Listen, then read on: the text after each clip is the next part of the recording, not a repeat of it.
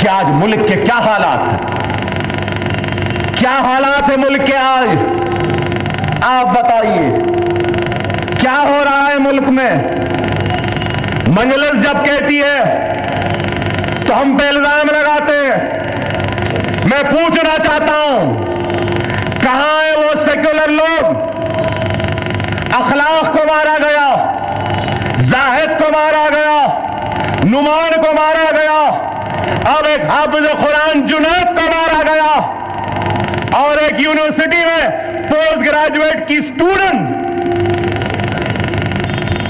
कहां पर, कौन सा मुकाम, वहां दिल्ली के आगे उत्तराखंड में उस लड़की पर तेजाब फेंक दिया गया। किस लिए, वो मुसलमान है।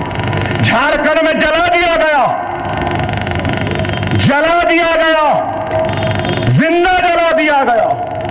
राजस्थान में मार मार के पीट के मार दिया गया। हरियाणा में आज क्यों नहीं लिखते ये बात, क्यों नहीं बताते। क्या हम इस मुल्क के दूसरे दर्जे के शहरी हैं? क्यों हमारे साथ ये सुलूक? क्या सर पे टोपी पहनना गुनाह है? क्या दाढ़ी पालना गुनाह है? क्या मुसलमान होना गुनाह है? विश्व हिंदू परिषद वालों, बजरंग दल वालों, नरेंद्र मोदी, सुन ले, ये मुल्क तेरे बाप की जागीर नहीं है। जितना ये मुल्क तेरा है उतना ही ये मुल्क मेरा भी है।